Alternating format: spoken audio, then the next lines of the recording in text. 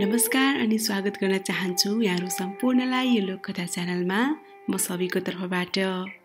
सदाझै आज पनि म एउटा कथा लिएर आएकी छु। कथाको शीर्षक रहेको छ धर्मपाल राजकुमार। यस कथालाई मैले बोधविक्रम अधिकारीज्यूको नेपाली दन्तकथा भन्ने किताबबाट लिएकी हुँ। आउनुहोस् कथा सुनौ। एका देशमा एकजना राजा थिए। उनले भारी तबरसँग एउटा ढुङ्गे धारो बनाउन लगाए। तर धारामा पानीको थोपा पनि नआउँदा राजा साह्रै दिगदार भए। एक रातको कुरा हो, राजालाई एउटा सपना आएछ। राजाको सपनामा एउटा दैविक पुरुष आएर भन्यो, एउटा 32 लक्षणले युक्त भएको मानिसको भोग दिए मात्र धारामा पानी आउँछ, नत्र भने आउँदैन। यो सपना आउना साथ राजाले छट्टपट्ट उठेर आफ्नो गुरु पुरोहित ज्योतिषीलाई बोलाउन पठाए र हाम्रो दरबारमा यस्तो 32 लक्षणले युक्त भएको मान्छे को रहेछ भनेर ठहराउन लगाए। यसरी ठहराउन लाग्दा राजा आफै र उनका छोरा र बुहारी मात्र रहेछन्। अब राजालाई भारी फसाद पर्यो। 32 लक्षणले युक्त भएको मानिसको भोग नदिउँ त आफूले यत्रो मेहनत र धन खर्च गरेर बनाएको धाराबाट पानी नआउने, भोग दिउँ भने कि आफू भन्न नपाइने, कि त छोरा भन्न नपाइने, कि त बुहारी भन्न नपाइने। आफ्नो भोग दिने त कुरै भएन, छोरा पनि एक्लो। छोरा नभएमा आफू अपोत भएर पिण्ड पानीको काम समेत रोकिने। तसर्थ बुहारी एउटा नभए अर्को आइहाल्छ भनेर राजाले बुहारीको भोग दिने निश्चय गरे। राजाको यो निर्णय युवराजको कानमा पर्यो। उनले आफ्नो प्यारी पत्नीलाई प्राण समान प्रेम गर्थे। उनी बिना आफ्नो प्राण रहला भन्ने उनले सम्भवै देखेनन्। तसर्थ उनले रातिमा आफ्नो रानीसँग मतो गरेर एउटा 22 पङ्ख घोडा चढेर दुवैजना दरबारबाट बेपत्ता भए। सारा रात उनीहरूको भाग्दैमा बित्यो। जब पूर्व दिशाबाट मिरमिरे उज्यालो भयो, उनीहरू एउटा घनघोर जङ्गलमा पुगे। रातभरको परिश्रमले गर्दा दुवैजनालाई भोक, निन्द्रा र थकाइले आकुल व्याकुल पारेको थियो। त्यसपछि उनीहरूले घोडाबाट ओर्लेर केही बेर विश्राम गरे। अनि केही समयपछि राजकुमारले भने, हे प्राणेश्वरी, अब यहीँ बसेर केही काम बन्दैन। भोक लागिरहेको छ, खानेकुरा पनि केही छैन। तसर्थ तिमी यहीँ बस, म केही शिकार गरेर लिएर आउँछु। एउटा राम्रो बासको पनि ठेगाना गर्नेछु। यति भनेर आफ्नो पत्नीको निमित्त एउटा छाप्रो खडा गरी राजकुमार शिकार खेल्न निस्किए। यसरी शिकार खेल्न जाँदा उनले अन्ततः एकदमै राम्रो मृग फेला पारे। त्यस मृगलाई रखड्दै जाँदा राजकुमार एउटा ठुलो महलमा पुगेछन्। त्यो महल अत्यन्त सुन्दर थियो अनि त्यो मृग पनि त्यही महलभित्र पसेछ। राजकुमार पनि मृगलाई पछ्याउँदै दरबारभित्र पस्न जाँदा एउटा भयङ्कर राक्षस उनीमाथि जाइलाग्यो। यथार्थमा राजकुमारले लखेटेको मृग अरू कोही नभएर त्यस राक्षसको नोकर रहेछ। त्यस मृगले जङ्गलमा यताउता घुमेर शिकारीहरूलाई लोभ्याई राक्षसको आहारा बनाइदिँदो रहेछ। अब राजकुमार र राक्षसको बीच घमासान युद्ध पर्यो। यसरी लड्दा लड्दा बल्ल बल्ल राजकुमारले राक्षसलाई जिते। त्यसपछि राजकुमारले राक्षसलाई एउटा कोठामा थुनेर फेरि जङ्गलमा गई शिकार गरेर आफ्नो पत्नी भएको ठाउँमा पुगे। राजकुमारले आफूले ल्याएको शिकारहरू आफ्नो पत्नीलाई दिँदै पकाउनको लागि भने।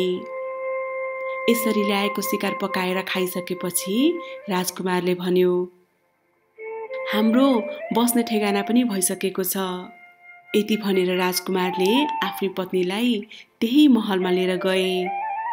त्यस महलमा उनीहरूलाई केही कुराको दुःख भएन। राजकुमार शिकारको अत्यन्त सोखी हुनाले हर रोज खानपिनको लागि शिकारमा निस्कन्थे र बेलुकी पख मात्र फर्कन्थे अनि आफूले ल्याएको शिकार त्यस थुनेर राखेको राक्षसलाई पनि दिने गर्दथे। यसै क्रमले केही दिनहरू बितेपछि एक दिन राजकुमारले त्यस राक्षसलाई थुनेको कोठाको चाबी घरमै बिर्सेर गएछन्। राजकुमार शिकारमा गएपछि राजकुमारकी पत्नीले साँचो देखिन् र उनले मनमनै विचार गरिन्। राजकुमारले यो साँचो सधैँ लिएर जान्थे, आज बिर्सेछन्। यो कोठामा के चाहिँ थुनेर राखेको होला, मलाई थाहा पनि दिएका छैनन्। म साँचो खोलेर सुटुक्क हेर्छु। यति विचार गरेर छिडीको कोठामा गएर हेर्दा त भयङ्कर राक्षस देखिन्। त्यो राक्षसले पनि छट्टनपट्ट रानीलाई आफ्नो मायाले छोपेर मिठा मिठा कुरा गरेर भुलायो। रानी तुरुन्तै राक्षसको जालमा फसी।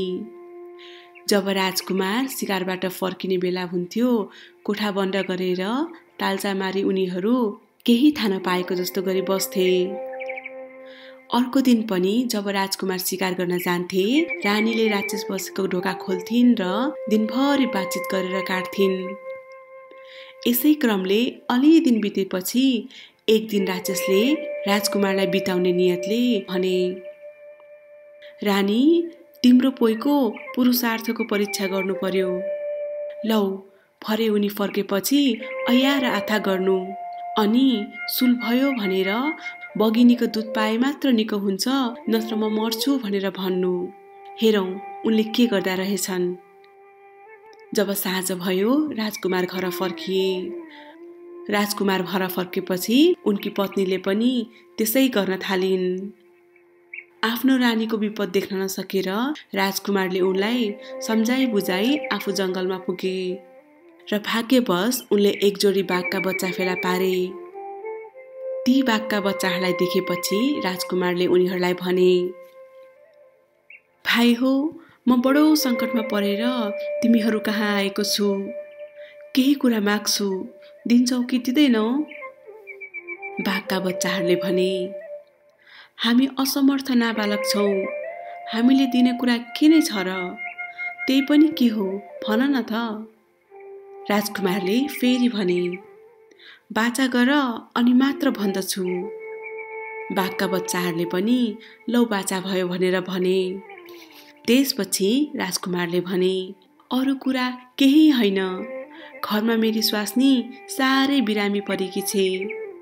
बगिनीको दुध पाए मात्र निको हुन्छ भन्छे।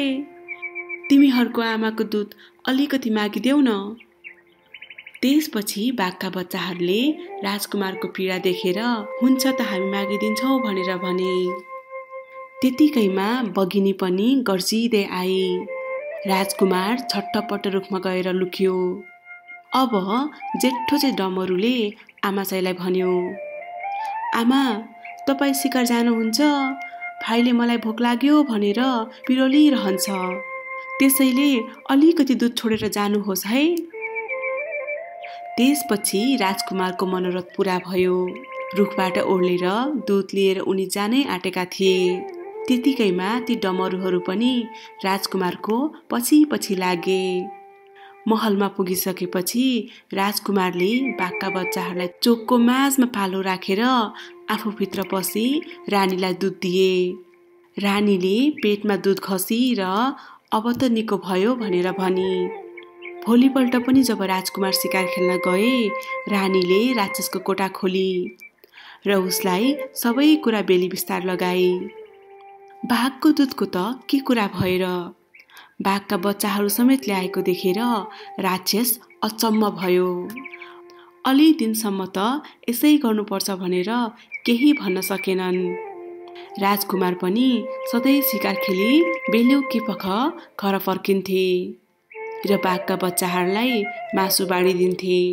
यसै गरी दिनहरू बितिरहेका थिए। एक दिन फेरि राक्षसले ती राजकुमारकी पत्नीलाई भने, सुन्दरी, तिमी फेरि बिरामी भएको बहाना पार। औषधिको हकमा पूर्व दिशामा एउटा राक्षस छ। त्यस राक्षसको एउटा दारा आकाशतिर र अर्को दारा पातालतिर पुगेको छ। रौ मात्र पनि उसको 1 कोस लामा छन्। त्यस राक्षसको दारा घोटेर लगाउन पाए मात्र निको हुन्छ, नत्र म मर्छु भनेर भन्नु। त्यसपछि राजकुमारकी पत्नीले पनि हुन्छ भनेर राक्षसलाई भनी। जब साँझ पख राजकुमार शिकारबाट फर्के आफ्नी पत्नीलाई जमिनमा लुडीबुडी गरेको देखेर उनको साह्रै चित्त दुखेछ। रानीको मुखबाट जब उनले व्यथाको उपाय सुने उनी निराश भए। आफ्नो पत्नीको प्रेममा पागल बनेको राजकुमारले त्यस्तो राक्षस पूर्व दिशामा छ र तिनको दारा घोटेर लायो भने बिसक हुन्छ भन्ने कुरा यिनलाई कसरी थाहा भयो भन्ने कुरा पनि सोच्न सकेनन्। बरु राक्षसको खोजीमा जान कम्मर कस्न थाले। एउटा हातमा तरबार लिएर उनले रानीसँग बिदा भई पूर्व दिशातिर लागे। अनेक ठाउँमा सोधपुछ गर्दै जाँदा बल्ल बल्ल त्यो राक्षसलाई फेला पारे। राक्षस त फेला पार्यो, अब उसँग लड्ने कसरी? सोझो हिसाबसँग लड्ने हो भने राजकुमारले आफ्नो जित देखेनन्। त्यसपछि राजकुमारले एउटा कुट युद्ध गर्नु पर्यो भन्ने ठानेर उनी राक्षसको रोङभित्र घुसे। भित्र जाँदा जाँदा राक्षसको घाँटीनिर पुगेपछि उनले आफ्नो तरबारको चुच्चोले घाँटीमा खोचिदिए। केलले चाहिँ खोजेछ भनेर राक्षसले कन्याउन खोज्दा राजकुमार उपियाँ चाहिँ उफ्रेर अर्कोतर्फ गए। यसको केही क्षणपछि राजकुमारले फेरि अर्कोतिर खोजे। राक्षसले थाम्न नपाउँदै उनी अर्को दिशातिर लागे। यसै गरी राजकुमारले सताउँदा सताउँदा राक्षसले हार खाएर भन्यो, यो मेरो रौँभित्र लुकेर मलाई दुःख दिने को हो? मलाई दुःख दिन छाड र बाहिर आओ, म केही गर्ने छैन, बरु जे माग्छौ म त्यही दिउँला। राक्षसको यस्तो वचन सुनेर राजकुमारले उनलाई आफ्नो बाचा बन्धनमा बधायो अनि आफू बाहिर निस्क्यो।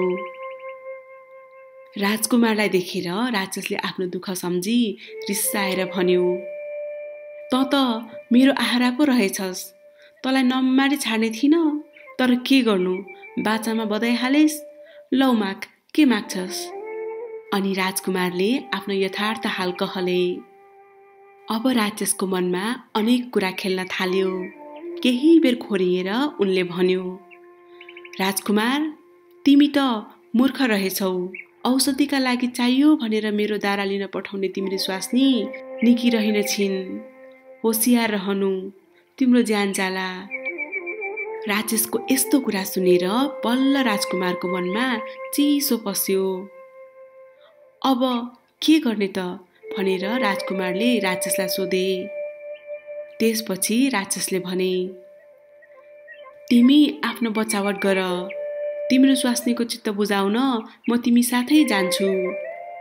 तिमी महलको 5 कोस यता आएपछि मलाई सूचना दिनु, म पल्टिदिउँला र मेरो दाराको टुप्पा तिम्रो काठको झ्यालमा अडाइदिउँला अनि त्यही घोटेर तिम्रो स्वास्नीलाई लगाइदिनु। राजकुमारले त्यो कुरा मन्जुर गर्दा दुवैजना त्यहाँबाट हिँडे। जब उनीहरू महलको 5 कोस यता पुगे, राजकुमारले सूचना दिँदा राक्षस पल्टियो र आफ्नो दाराको एउटा टुप्पा महलको झारमा बजारिन पुग्यो। अनि त्यसपछि राजकुमार सरासर आफ्नो महलमा लागे। उता महलमा थुनेर राखेको राक्षसको मनमा खलबली मचियो। यस्तो बढीमानको राक्षसलाई समेत बसमा ल्याउन सक्ने राजकुमार साह्रै पुरुषार्थी रहेछन्। अब झट्टपट्ट केही उपाय नसोचे मेरो प्राण रहने भएन भन्ने विचार गरेर राक्षसले राजकुमारकी पत्नीलाई भने, सुन्दरी, लौ हेर, राक्षसको दारा झ्यालमा बजारिन आयो। राजकुमार पनि आइपुगेछन्, भोकाएका होलान्, अनेक परिकार तयार गर। रानीले पनि राक्षसको कुरा सुनिसकेपछि छट्टनपट्ट नाना थरीका व्यञ्जन तयार गर्न लागिन्। त्यसको बीचमा पापी राक्षसले रानीको आँखा छलेर राजकुमारको खानेकुरामा कडा विष छरिदिए र आफू भने थुनिएको कोठामा लुक्न पुगे। जब राजकुमार कोठामा आइपुगे, रानीले उसको भारी सत्कार गरिन्। राक्षसको दारा घोटेर राजकुमारले रानीको पेटमा लेप लगाइदिए। त्यसपछि राक्षस आफ्नो दारा उठाएर बाटो लाग्यो। अनि ती रानीले आफूले बनाएका अनेक प्रकारका खानेकुराहरू राजकुमारको अगाडि टक्राई। भोकाएका हुनाले बिचरा राजकुमार भक्काभक खाना खान थाले। 2-4 घाँस खाएका थिए, विषले उनी माथि असर गर्दै ल्यायो। अनि उनले भन्न थाले, रानी, मलाई केले हो झ्याम्मै पार्यो। राजकुमारले आफ्नो वाक्य सकिन नपाउँदै उनकी पत्नीले भनिन्। राक्षसको करामत थाहा नपाएकी उनले थाकेको बेलामा तातो खानेकुरा पेटमा परेर होला भनेर भनिन्। बिचरा राजकुमारलाई झन्झन साह्रो पार्दै गयो। त्यसपछि राजकुमारले मलाई यसले विष खुवाएकी रहेछ भन्ने कुरा बुझिहाले र उनले भने, हे चण्डालनी, त महापापिनी रहेछस्। तेरो विश्वासमा पर्दा आज मेरो ज्यान जाने भयो। राजकुमारकी पत्नी अकनबक परेर आँसुको धारा बगाउन थाली। त्यसपछि फेरि राजकुमारले भने, मैले थुनेर राखेको राक्षसको मतमा लागेर तैँले यतिसम्म गरिस्। अब मेरो मासुको एकै भाग तैँले पाउलिस्। जे भए पनि यतिका वर्षसम्म मलाई पोइ भनेर मानेकी थिइस्।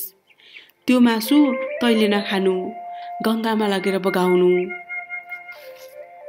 राजकुमारले यति मात्र के भनेका थिए, उनी डङरङ्ग बजारेर लडे अनि त्यही आफ्नो प्राण त्याग गरे। अब हेर रानीको दुर्दशा। बल्ल उनी राक्षसको मोहबाट मुक्त भइन् र होस खुल्ना साथ उनी फेरि बेहोस भइन्।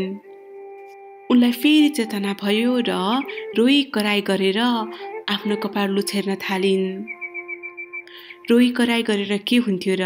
राजकुमारमाथि उनको प्रेम र भक्ति दुवै थियो, तर उनले आफ्नो स्वामीको परम शत्रुको मतमा लागि आफ्नो पुरुषको प्रेम र पुरुषार्थको परीक्षा लिन खोज्दा प्राणै समेत लिइन्। त्यसपछि राक्षस आफ्नो शत्रुको नाश भएको निश्चय गरी दङ्ग पर्यो अनि माथि आयो र यताउता नहेरी राजकुमारको लासलाई च्यातचुत पारेर हसुर्न थाल्यो। एउटा कुनाको भित्तामा अडेस लागेर खुक्क खुक्क गर्न लागेकी रानीलाई देखेर राजकुमारको मोटो कलेजो लौ तै खा, तेरो भाग भनेर फालिदियो। रानीले पनि सो मोटो कलेजो टिपी गङ्गामा नुहाउन जान्छु भनी निस्की र गङ्गामा लगेर बगाइदिए। अब त्यो मुटु कलेजो बग्दै गयो। एउटा ठुलो सहरको घाटमा पुगेर फनफनी घुम्न थाल्यो। त्यसै घाटमा त्यसै देशका राजाकी छोरी परम सुन्दरी कुनै पुरुषको मुख हेर्दिन भनेर तपस्या गरेर बसेकी थिइन्। त्यो मुटु कलेजो उनकै सामुन्य गएर घुम्न थाल्यो। अरू कसैले समात्न गए चुर्लुम्म डुब्ने अनि त्यस राजकुमारीको नजिक आएर घुम्न थाल्ने। यो देखेर त्यस राजकुमारीलाई निकै अचम्म लाग्यो। जब रात पर्यो सबैजना खानपिन गरेर सुत्न गए। त्यस राजकुमारीका सुसारेहरू पनि सुत्न गए, तर राजकुमारीलाई भने धेरै बेरसम्म पनि निन्द्रा लागेन। उनी पलङमा छटपटाइरहे। बल्ल तल्ल उनलाई निन्द्रा पर्यो अनि उनलाई एउटा सपना आयो। उनको सपनामा एउटा अत्यन्त राम्रो युवक उनको सामुन्ने आएर उभियो र भन्यो, म धर्मपाल नाम गरेको राजकुमार हुँ। अर्काको जालमा परेर मेरो ज्यान गयो। तिम्रो अगाडि गङ्गाजीमा फनफनी घुम्ने मेरो मुटु कलेजो हो। तिमीले मेरो एउटा सर्लक्क परेको गोबरको मूर्ति खडा गरी गङ्गाजीमा लगी मेरो मुटु कलेजो हातमा थापी त्यस मूर्तिमा हालिदेऊ अनि म बिउजने छु। यति भनेर राजकुमार अन्तर्ध्यान भए र राजकुमारीको पनि निन्द्रा खुल्यो। अब कहिले उज्यालो होला भनेर त्यस राजकुमारीलाई हतार भयो। पूर्व दिशा रङ्गिना साथ उनी सङ्गिनीहरूका साथ नदीको किनारमा गई र उनीहरूलाई गोबर ल्याउन लगाई राजकुमारको मूर्ति खडा गरिन्। त्यसपछि पानीमा गएर त्यस मुटु कलेजोलाई आफ्नो हातमा थापी गोबरको मूर्तिमा लगेर जोडिन्। त्यसपछि राजकुमार अब कहाँ उम्केलास राक्षस भन्दै उठे। यस्तो चाला देखेर त्यहाँ भएका सबैजना तस्बिर चाहिँ बने। यो खबर राजा कहाँ पनि पुग्यो। त्यसपछि राजाले उनलाई झिकाए। त्यसपछि राजकुमारले आफ्नो यथार्थ हाल राजाको हजुरीमा बिन्ती गरे। राजकुमारीको मनसाय बुझेर र योग्य वर देखेर राजाले पनि शुभ दिन ठहराई उनीहरूको विवाह गरिदिए। अब अलि दिन ससुरालीमै बसेर राजकुमार धर्मपाल आफ्नो सासू ससुरासँग बिदा लिई रानीका साथ लिएर आफ्नो महलतिर हिँडे। महलमा पुगेर हेर्छन् त राज्य सारा महलमा ठलिमली गरेर बसेका थियो। रानी चाहिँ छुत्री भएर रोइरहेकी थिए। त्यसपछि राजकुमारले छटनपट म्यानबाट तरबार झिके। पाजी राक्षस, तेरो ज्यान मैले बचाएको थिएँ, मलाई धोकामा पारेर मारिस, लौ त्यसको फल चाख भन्दै तरबारले उनलाई छिया छिया बनाइदिए। अनि त्यसपछि आफ्नो पहिलेको पत्नीतर्फ फर्केर भने, तैँले पनि मेरो दुश्मनको मतमा लागि जानी वा नजानी मेरो ज्यान लिइस्, लौ खा भनेर उनले उनको शेलछेदन गरिदिए। त्यसपछि राजकुमार नयाँ दुलै लिएर आफ्नो बाबुको दरबारतर्फ फर्किए। उता बाबुको दरबारमा पनि राजाले बनाएको धाराबाट वालवाल पानी आएको देखेर सबैजना अचम्म भए। आफ्नो हराएको छोरा फर्केको देखेर राजा रानी पनि दङ्ग भए। तर पुरानी बुहारीलाई नदेख्दा उनीहरूले सोधीखोजी गर्न थाले। राजकुमारले पनि यथास्थिति वर्णन गरे। जब राजकुमारले रानीलाई काटेको दिन र समय समेत भने बल्ल सबैलाई थाहा भयो, रानीलाई काटेर पो धाराबाट पानी आएको रहेछ। कस्तो लाग्यो त हजुरहरूलाई आजको कथा? आशा छ मन पर्यो होला। कथा मन पर्यो भने प्लिज सेयर र लाइक पनि गरिदिनु होला। र यहाँहरूको केही विचार तथा सल्लाह सुझावहरू छन् भने कमेन्ट गर्न सक्नुहुन्छ। र छिट्टै नै अर्को कथा लिएर फेरि आउनेछु। अहिलेको लागि पनि बिदा दिनुहोस्। नमस्ते।